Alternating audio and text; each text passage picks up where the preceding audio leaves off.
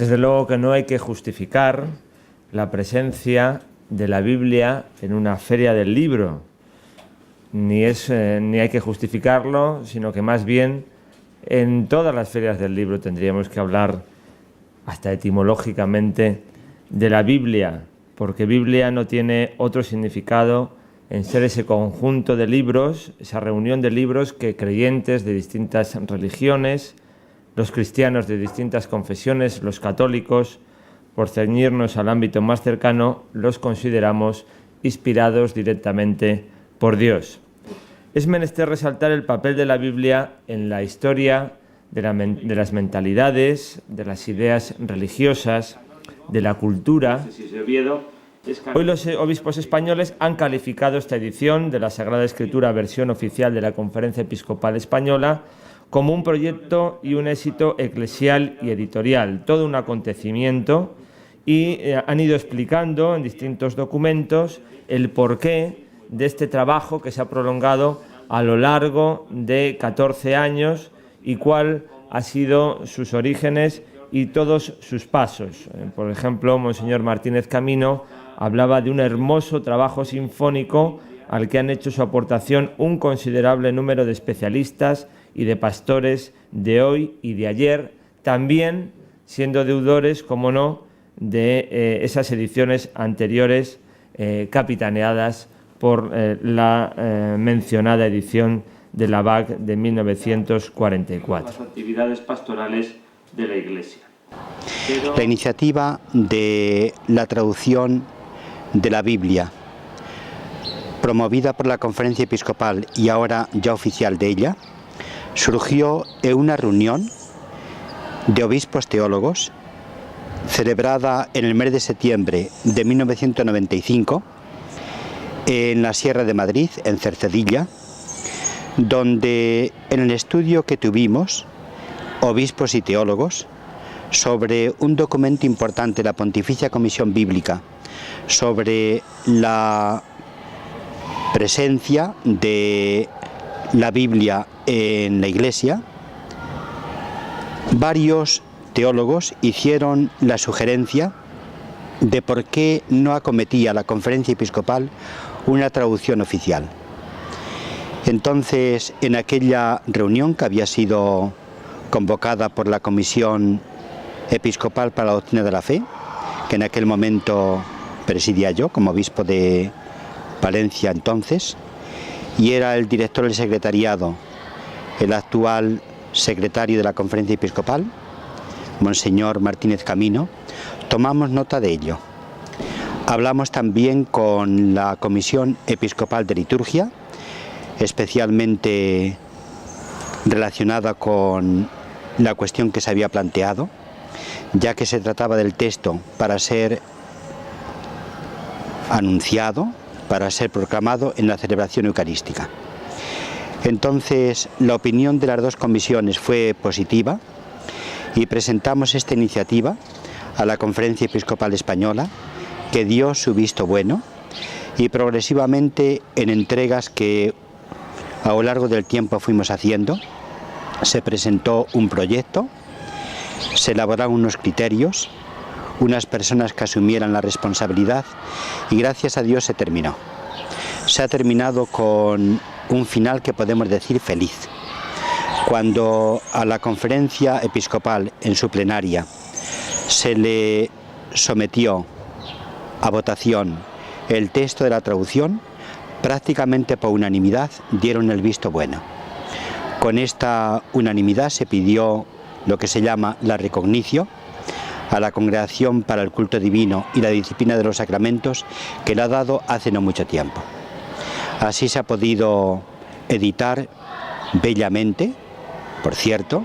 en una edición espléndida, por parte de la Biblioteca de Autores Cristianos. La palabra de Dios en la vida y en la misión de la Iglesia, en octubre del 2008. La publicación de la Sagrada Biblia, versión oficial de la Conferencia Episcopal Española,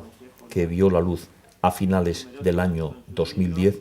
fue presentada en la sede de la Conferencia Episcopal Española el 14 de diciembre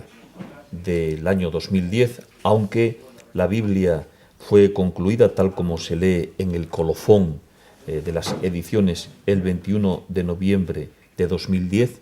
que en este año fue la fiesta de Jesucristo, Rey del Universo, y de la presentación de la Santísima Virgen María en el templo, fue entregada el primer ejemplar que salió de la imprenta al cardenal Antonio María Rouco Varela, presidente de la Conferencia Episcopal Española, el jueves 25 de noviembre, que tenía lugar la sesión plenaria correspondiente de este año, de finales de este año, en la Conferencia Episcopal Española. Como digo, la Biblia fue presentada a los medios de comunicación el 14 de diciembre, aunque en el mes de febrero hubo un Congreso Nacional de presentación de la misma. En aquel acto de presentación, el secretario general de la Conferencia Episcopal Española, Monseñor Juan Antonio Martínez Camino, calificó el hecho de histórico, de encontrarnos ante un acontecimiento histórico, puesto que es la primera vez que una Biblia, traducida a la lengua española, es declarada oficial por todos los obispos de una nación. Encomendados por el Vaticano en lo que se refiere a los legionarios de Cristo, pues... La nueva Biblia española, de la que es autor principal el padre Luis Alonso Schekel, es en cierta manera una Biblia que pretende adquirir un cierto grado de validez y de oficialidad en la Iglesia española. No por ser una traducción propia de un autor o de una escuela o por el momento histórico, sino porque han sido los traductores de la Nueva Biblia Española quienes en su día habían acometido la traducción de los textos litúrgicos. Los textos litúrgicos que se proclaman en las asambleas cristianas, en la Eucaristía, en el oficio de las horas, en los rituales, en los libros de sacramentos, se hacen unas selecciones de textos bíblicos, no está toda la Biblia, puesto que se ha seguido un criterio pedagógico y pastoral en la selección de los textos de la Biblia.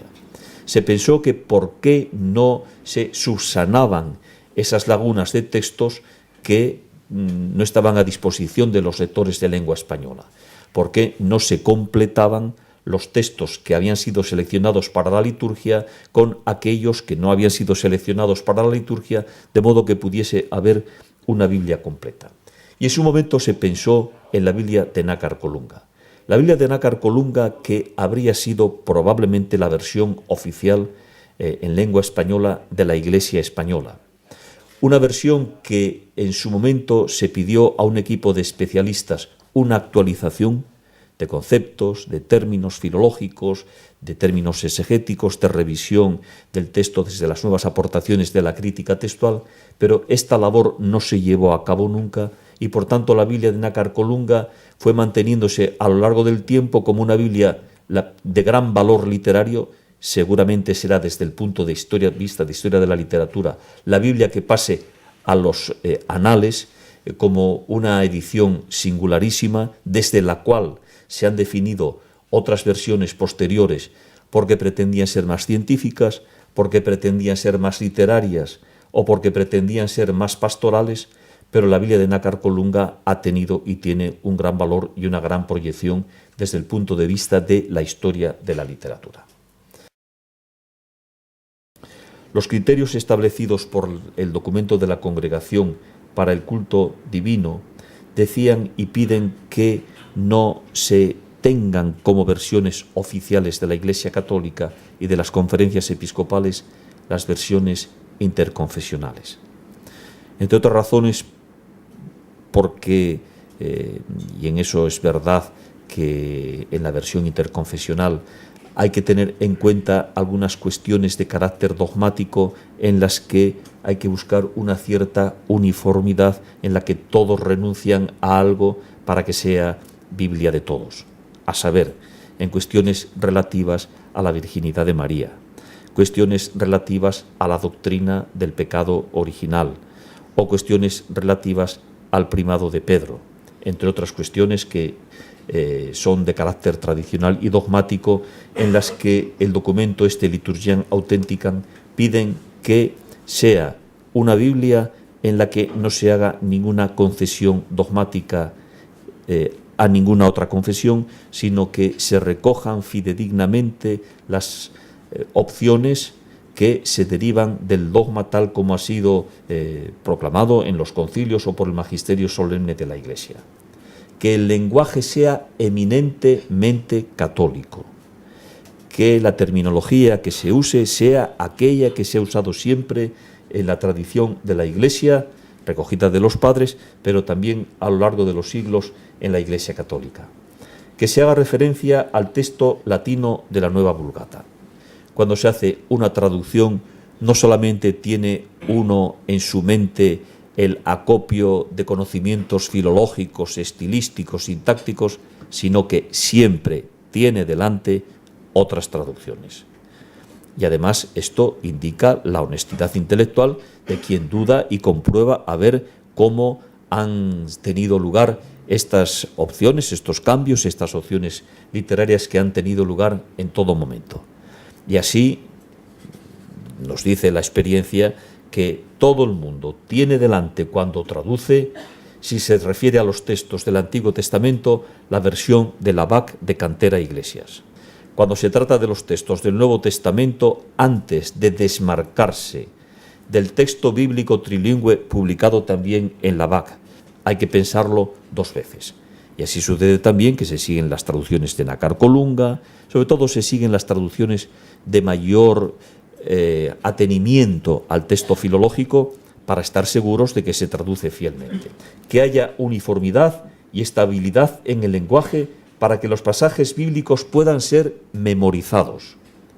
Que haya una sana exégesis y que se siga una calidad literaria sin llegar a las excentricidades, sino mantener un tipo de traducción que sea asequible, comprensible, digna. Que se tengan y se recurran a las expresiones propias del modo de hablar católico y que se tenga en cuenta el uso litúrgico. Cuando hubo que hacer la Biblia, pensar en el formato, hubo que darle muchas vueltas. Todos nos decían que así de voluble es el pensamiento humano y el querer humano. Primero nos pedían que tuviésemos una Biblia de letras grandes. El público católico que lee la Biblia es un público mayoritariamente de edad ya que necesita gafas, y se pedía que por favor se hiciese un texto con una letra grande. A mí siempre me pareció que las letras grandes de las Biblias es una letra tan grande que a veces es insultante. Es un tipo de letra como el que se ve en las ópticas, sobre todo la letra pequeña, es una letra negrita. A ver si se podía buscar un tipo de letra que fuese un tipo de letra grande y elegante. Y hemos adoptado, porque además, después de darle muchas vueltas, hemos visto que es el formato que se siguió para la edición del Martirologio Romano. El Martirologio Romano es una edición litúrgica que se lee todos los días en la Iglesia, evocando los santos y mártires cuya memoria o fiestas se celebran al día siguiente, y es exactamente este mismo formato. Y hemos pensado que era el formato adecuado porque es una Biblia con una impronta litúrgica, es una Biblia de la que se han de tomar los textos litúrgicos y se le quería dar la dignidad que se pide para estas Biblias y que no sea un texto escuchimizado, que no sea el libro más pequeño y más irrelevante de todos los que tenemos en la biblioteca, y que pueda ser el libro también de la familia presentado con la dignidad que merece la palabra de Dios. Al escoger el motivo de portada, también nos resultó, acabábamos de salir del diseño de portada de la Biblia interconfesional y estábamos buscando un Agnus Dei, puesto que queríamos que después de la exhortación, la Biblia aparece simultáneamente con la exhortación apostólica posinodal Verbum Domini. El Papa Benedicto XVI quiere que se recupere el espíritu de la Dei Verbum y que el contexto por antonomasia para la lectura de la Biblia sea la liturgia y sobre todo la Eucaristía. El capítulo 5 del Apocalipsis habla del Cordero degollado, el único capaz de abrir los sellos que sellan las Escrituras, y pues buscábamos una representación del Agnus Dei del capítulo 5 del Apocalipsis. Y afortunadamente encontramos en la Biblioteca Nacional un beato, el beato de Facundo, es un beato de San Isidoro de León, es un beato es el manuscrito medieval más luminoso que tiene la Biblioteca Nacional,